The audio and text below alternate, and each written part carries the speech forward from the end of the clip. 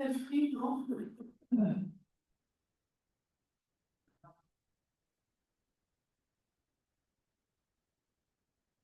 जी, बिस्मिल्लाह रहमान रहीम। Let me just link the screen with the session as well. Brush up कर लेते हैं लास्ट लेक्चर को। लास्ट लेक्चर में हमने जो चीज़ें थी related to proposal, research proposal content cover किए थे, उनके सैंपल्स देखे थे, रिसर्च प्रपोजल डॉक्यूमेंट का सैंपल देखा था, रिसर्च प्रपोजल प्रेजेंटेशन का सैंपल देखा था। और मैंने फिर आपको उसमें से ये कहा था कि जिसके अंदर आपने जो अपना रिसर्च टाइटल है वो मुझसे अप्रूवल लेना है।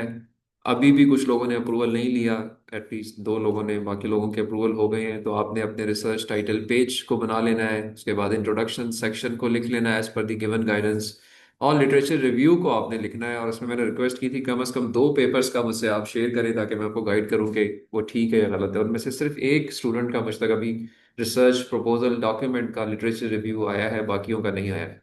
तो वो मुझसे आपने शेयर करना है। बट उसके बाद आपने अराउंड 15 से 20 रिसर्च पेपर का लिटरेचर रिव्यू जो है वो लिखना है, ताकि आपकी डॉक्यूमेंट जो है वो एक डायरेक्शन में चल पड़े। और प्रेजेंटेशन को भी उसी हवाले से देखना है। टेम्पलेट उसका जो है उसको मैंने लास्ट लेक्चर में डिटेल में कवर किया था कि क्या क्या चीज़ किस तरीके से आपने प्रेजेंटेशन के अंदर डालनी है। मैंने ये भी कवर किया था कि रिसर्च प्रपोजल डॉक्यूमेंट और रिसर्च प्रपोजल प्रेजेंटेशन में क्या फ़र्क होता है और किन चीज़ों को कहाँ पे किस तरह से इंपॉर्टेंस देनी है।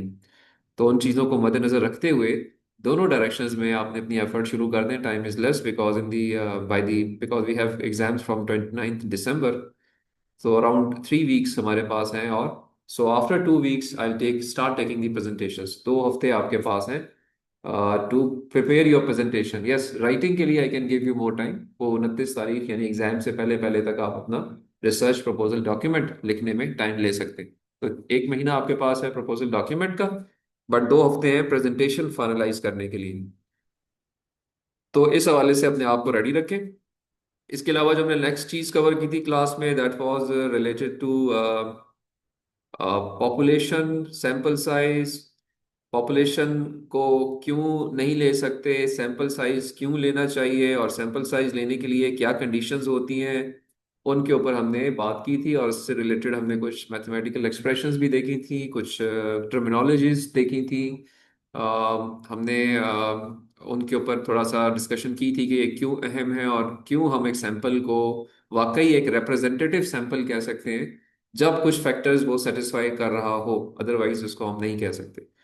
तो इसके ऊपर हमने क्लोज किया था सेशन अपना। यस, मैंने आपको कुछ टाइम दिया था लिखने के लिए। वो टाइम जो है हम आगे भी आपको देते रहेंगे ताकि आप क्लास के अंदर और साथ साथ भी कुछ एफर्ट करें, ताकि जो है एक उस वक्त की क्लैरिटी उसी वक्त आ जाए। आज की क्लास में हमने आगे चलना है and we'll discuss related to some of the writing stuff. Again writing से रिलेटेड ही कुछ चीज़ें देखेंगे। और उसके बाद हमने आज दो डिफेंस प्लान किए हुए हैं फॉर लर्निंग पर्पसेस। वो डिफेंसेस जो हैं वो इस हवाले से हैं कि आप देखें कि स्टूडेंट्स कैसे प्रेजेंट करते हैं और क्या चीज़ें they are not perfect, they will be having some issues, some shortcomings. So the aim of presenting them in the class is that you should know कि ये क्या गलतियां कर रहे हैं, यहाँ खड़े होके और बैठने में क्या फ़र्क होता है। और फिर उसके बाद जब वो प्रेजेंट करते हैं तो किस तरह बात कर रहे हैं, स्लाइड्स कैसी बनी हुई हैं, किन चीज़ों पे फोकस है, किन चीज़ों पे फोकस नहीं है, आपको क्या समझ आ रहा है कि इधर डिसकंटिन्यूटीज क्या हो रही हैं। और अल्टीमेटली जो एवेल्युएटर्स आए हैं, इंटरनल और एक्सटर्नल, फिर वो क्या सवाल जवाब करते हैं और किस तरह से वो किसी स्टूडेंट के बारे में उसकी अंडरस्टैंडिंग को जांचते हैं। तो ये एक अच्छा लर्निंग फेज होता है। और मैंने रिक्वेस्ट ये भी की हुई है कि जो ऑनलाइन हमारे पार्टिसिपेंट्स हैं वो भी कोशिश करके अगर इस इन प्रेजेंटेशंस में ऑन कैंपस आ जाया करें तो उनके लिए एक अच्छा ये एक सीखने का मौका है। और कोशिश करनी चाहिए कि वो अपने during there there this MS time period कोई 4 5 6 दफ़ा ज़रूर जो है ना वो कोशिश करके मैक्सिमम टाइम, क्योंकि ओपन डिफेंस होता है, अनाउंस होता है और ग्रुप्स पे शेयर होता है, ईमेल्स पे भी जाता है, तो एवरीबडी ऑलरेडी नो इट कि ये एक चीज़ होने वाली है। तो थोड़ा प्लान करके आना जो है वो आपके अपने लिए फ़ायदेमंद है। सो विद दिस प्रीमाइस हम आज का सेशन शुरू करते हैं। और let me open today's presentation and share it with the audience.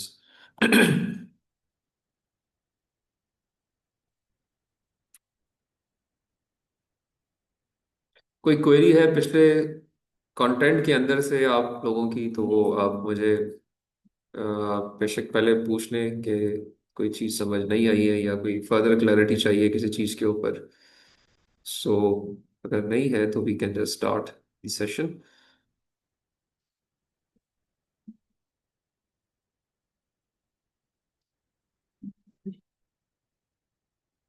I'll try to cover a shorter topic today because we have a presentation at 2 o'clock. और already एक हमारी आज एक बुक लॉन्चिंग सेरेमनी भी थी which was written by our dean doctor Nawan Jafri and few of the students have joined it, so I hope that was a useful activity. Again, इस तरह की जो लिटरेरी एक्टिविटीज़ हैं, ये इनको कोशिश करके जाना चाहिए इनके अंदर, बिकॉज हेयर द ऑडियंस और द जो पार्टिसिपेंट्स होते हैं वो थोड़े डिफरेंट नेचर के होते हैं, तो उनके एक्सपीरियंसेस को देखना, सुनना, समझना शायद वो भी ज़िंदगी का एक अहम हिस्सा है। सो आई ऑलवेज रेकमेंड के सिवाय खाने पीने के कुछ और एक्टिविटीज में हमें जाना चाहिए। हमारी जो पाकिस्तानियों की एक्टिविटीज अनफॉर्चुनेटली फोकस्ड हो गई हैं खाने पीने के साथ, के हमने सिर्फ निकलना है तो या तो हमने लंच करने निकलना है या हमने डिनर करने जाना है। इवन हमने शॉपिंग भी करनी है तो उसको कंक्लूड जो है ना खाने पे ही करना है, और खाने को ही इंजॉय करना है सिर्फ, जो कि शायद जी जी, और खाने पे हम जो है वो 5 घंटे भी लगाने को तैयार होते हैं, लेकिन किसी समझदारी वाले काम पे हम 10 मिनट भी नहीं बैठना पसंद करते। तो ये हमारे कल्चर के अंदर चीज़ आती जा रही है, और फिर हमारे जो बच्चों में बच्चियों में भी ये चीज़ और ज़्यादा हर नई जनरेशन में ये चीज़ ऐड हो रही है। हाँ जी, तो हमेशा अपनी एक्टिविटीज राइट लेफ्ट देखें, अपना एक कैलेंडर इवेंट का, अपने कैलेंडर ऑफ इवेंट्स बनाएं जिसमें आप देखें कि यार पूरे साल में कौन कौन सी जगह पे क्या क्या हो रहा है, और उनको अपनी जिंदगी में कोशिश करें कि आप ले आए। So that would B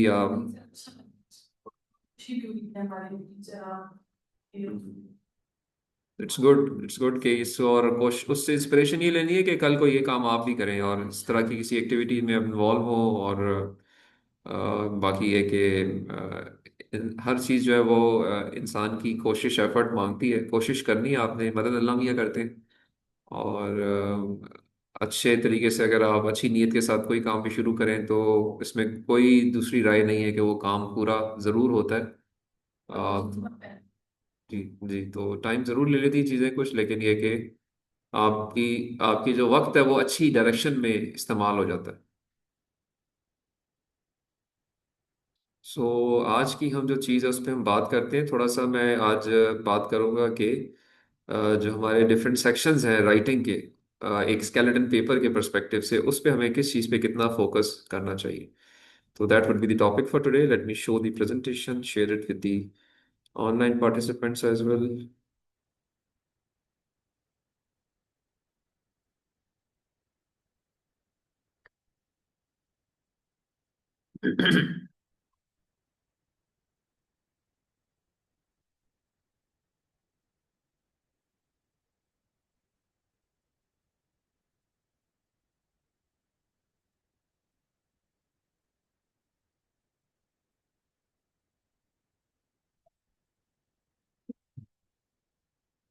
okay, हमारी जो इस वक्त डिस्कशन फोकस्ड होगी वो इस एक स्लाइड के ऊपर ही होगी, और इसकी जो रिलेटेड स्लाइड्स हैं जो कि डिटेल्स हैं इनकी, वो those are in fact after it वो हैं ऑलरेडी शेयर्ड है, उनको अपने टाइम पे आप देखिए, जाके देखिएगा।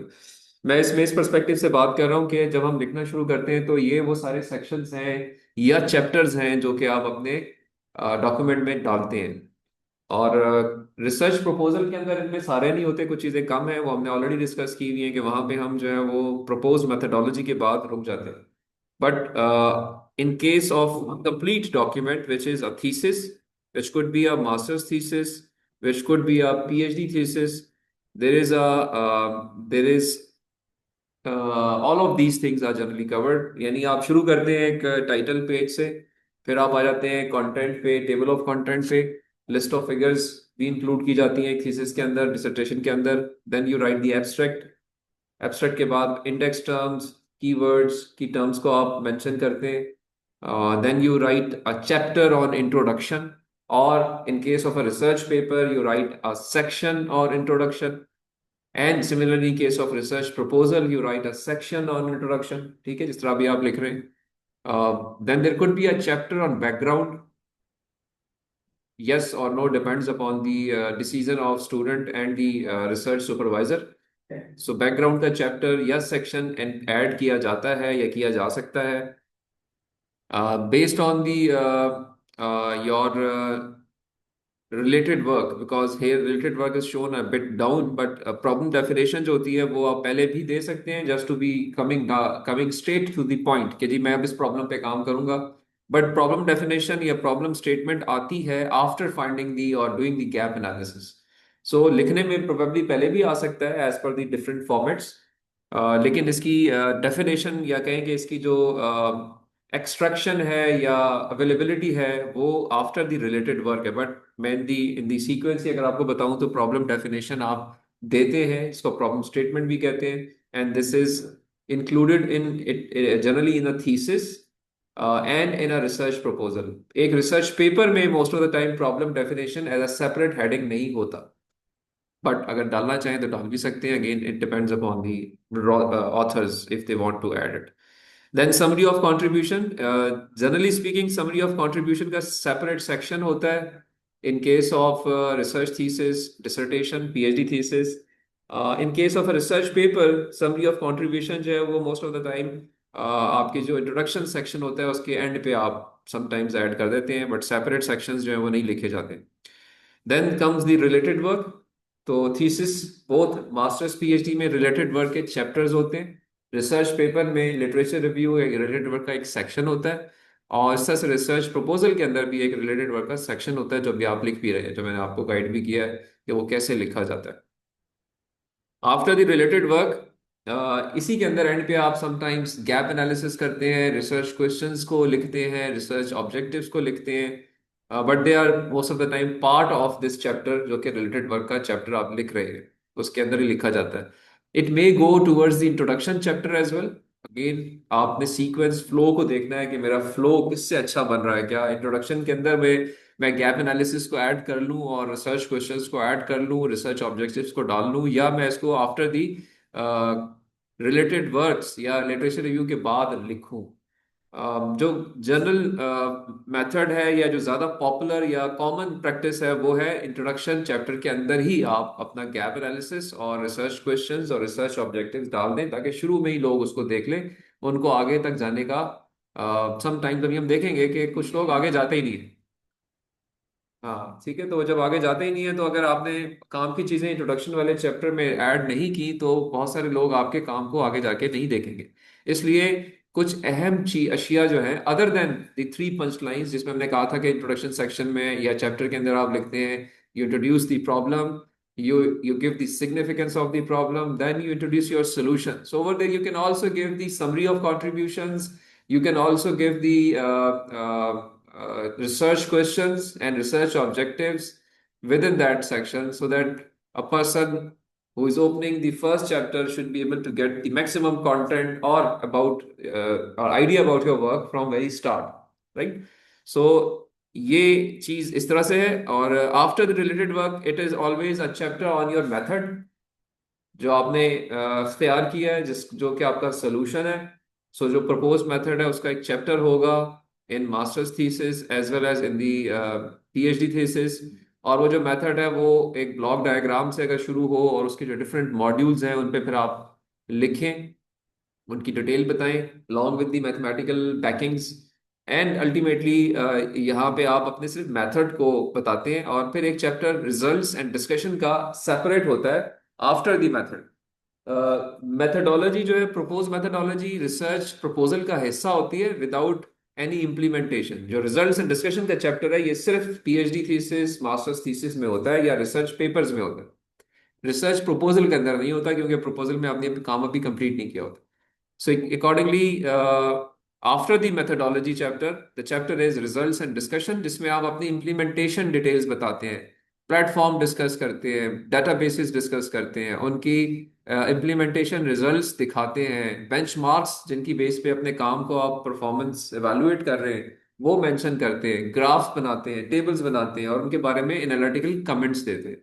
तो this chapter is very important as far as your work contribution is concern. So इस पे फोकस रखना चाहिए, और ये चैप्टर जो है वो आफ्टर द मेथोडोलॉजी चैप्टर आता है। And after that there is last chapter और last section, that is called the conclusion. So conclusion का चैप्टर जो है वो लास्ट होता है थीसिस के अंदर, और सेक्शन लास्ट होता है in case of research papers, but ये एक रिसर्च प्रपोजल का सेक्शन नहीं होता, वहां पे कुछ और चीजें आती है। And finally you give some acknowledgements, probably ये स्टार्ट पे भी आ सकती हैं, एंड पे भी आ सकती हैं। रेफरेंस सेक्शन आपका होता है, और मैंने जैसा कहा कि रेफरेंस सेक्शन जो है उसमें जो रूल ऑफ थंब है 20 से 25 रेफरेंसेस एक रिसर्च प्रपोजल के अंदर होते हैं। एक मास्टर्स थीसिस में 40 से 60 रेफरेंसेस होते हैं, और अल्टीमेटली 3 टाइम्स यानी 200+ रेफरेंसेस एक पीएचडी के प्रपोजल के अंदर होने चाहिए। और अकॉर्डिंगली फिर उसी तरह से उसके रिसर्च प्रपोजल रिसर्च जब थीसिस लिख लेते हैं तो उसके अंदर फिर आप फर्दर और रेफरेंसेस ऐड करते हैं, और उसकी हमने डिटेल डिस्कशन पहले की हुई है। जो अपेंडिसेस की बात हो रही है, अपेंडिसेस समटाइम्स आपने एक रिसर्च पेपर जो है वो लिख लिया, एक पेपर दो पेपर पब्लिश हो गए, तो थीसिस के अंदर आप उनको अपेंडिसेस के तौर पे ऐड करते हैं कि जी मेरा एक रिसर्च पेपर अपेंडिस 1 में है, या नेक्स्चर 1 में है, दूसरा नेक्स्चर 2 में है, तीसरा नेक्स्चर 3 में है, तो वो आप अलग से अपेंडिसेस जोड़ सकते हैं। और फिर इंडेक्स टर्म्स होती हैं कि अगर आपने कुछ टेक्निकल टर्म्स को सर्च करना है अपने डॉक्यूमेंट के अंदर, तो उसके लिए एक इंडेक्स का पेज भी बनाया जा सकता है, डिपेंडिंग अपॉन दी फॉर्मेट और template which you get. So this is a whole picture of a skeleton paper or a skeleton thesis as well. And thesis could be a master's thesis or PhD thesis, right? Again, it is overlapped by the template given by the universities. Her university इसमें थोड़ा बहुत ऊपर नीचे करती है, और उनको आपने साथ फॉलो करना होता है। ओके, नाउ कमिंग बैक कि जब इनमें अब ये सेक्शंस हैं सारे, ये चैप्टर्स हैं, तो इनमें मैं जो बात करूंगा अभी इसके बाद, जो भी मैंने इन्फॉर्मेशन दी है कि इनमें से किसकी कितनी इंपॉर्टेंस है, लिखते हुए कितना फोकस करना है किस चीज के ऊपर। सो याद रखिए कि सबसे इंपॉर्टेंट होता है आपका टाइटल। 100% लोग जो कि आपके आर्टिकल तक पहुंच जाएंगे आपके टाइटल को जरूर पढ़ेंगे, ठीक है। And this is the face, it must contain the important keywords from the method which you have opted and the problem which you are solving.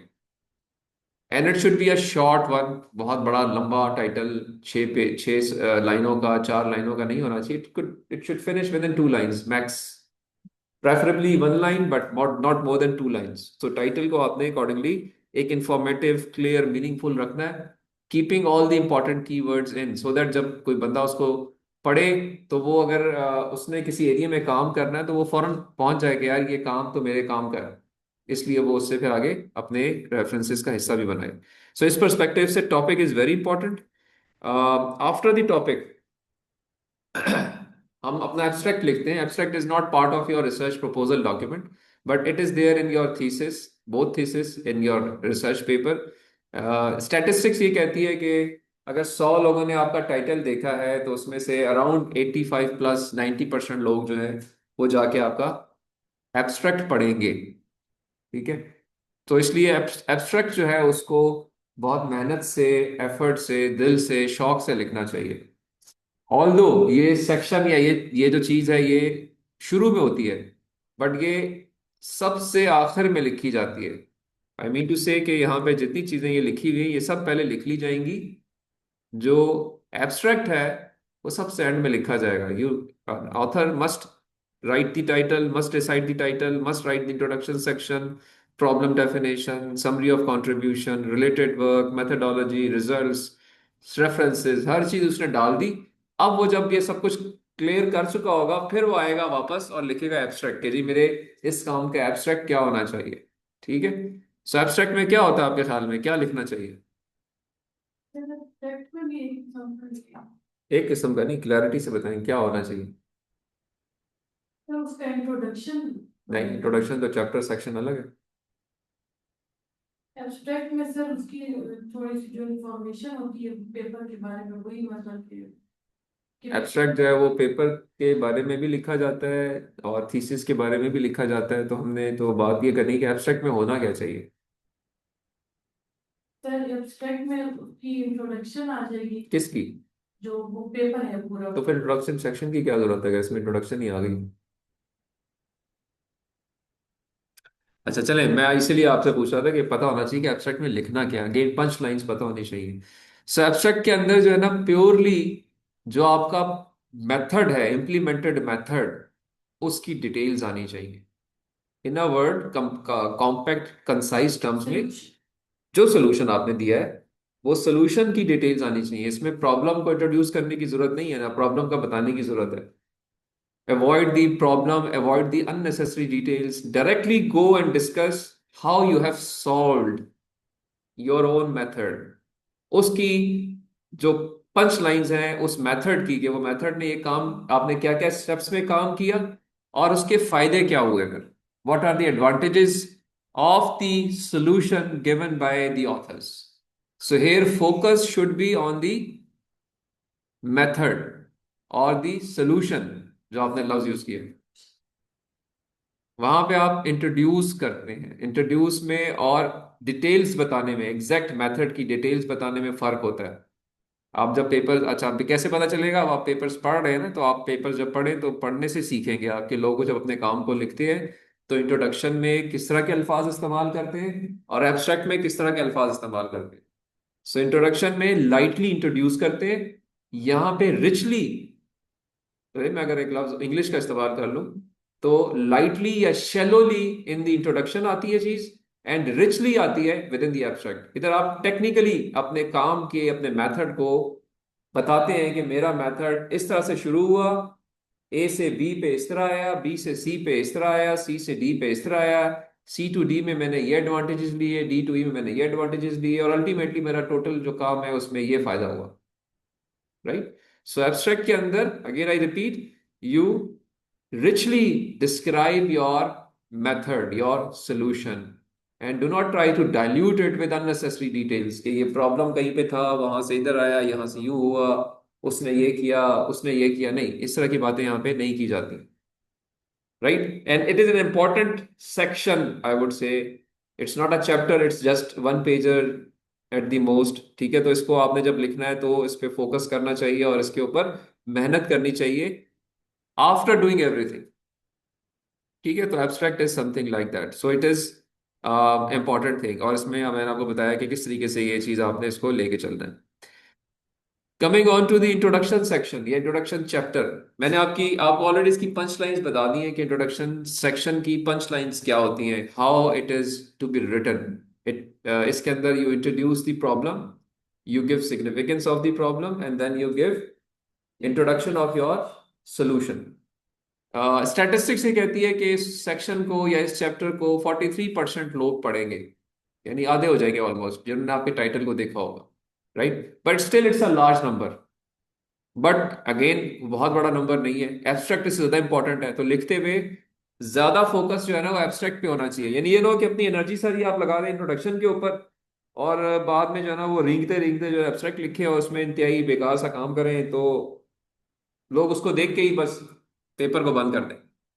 ठीक है, तो ये जो स्टैटिस्टिक्स की नंबर्स में यूज कर रहा हूँ, इसका मकसद बताने का ये है कि how much importance a writer should give to a particular section और a chapter, based upon how the audience take it, how the reader takes it, and you can apply to your own personal self as well. You are reading research papers, you are reading research thesis, so just put yourself in that shoes. Once you start reading, how do you follow the path, आप कैसे, किसको कितनी बड़ी नजर से या अहमियत से पढ़ते हैं, आप टाइटल को बड़े गौर से देखते हैं, फिर आप एब्स्ट्रैक्ट को देखते हैं और इंट्रोडक्शन को देखते हैं, और फिर आगे कुछ सेक्शन स्किप कर जाते हैं प्रोबेबली, और फिर आगे जाके शायद मेथडोलॉजी को देखते हैं। तो हम उन्हीं की बात कर रहे हैं कि फिर लिखने वाले को भी, ऑल्दो हर चीज पे मेहनत करनी है, हर चीज के ऊपर एफर्ट लगानी है, लेकिन स्टिल यू नीड टू सी कि किस सेक्शन को मैंने एक्स्ट्रा टाइम देना है, ज्यादा क्रिटिकल नजरों से देखना है और इंपॉर्टेंट तरीके से मेहनत से लिखना है। सो इंट्रोडक्शन के अंदर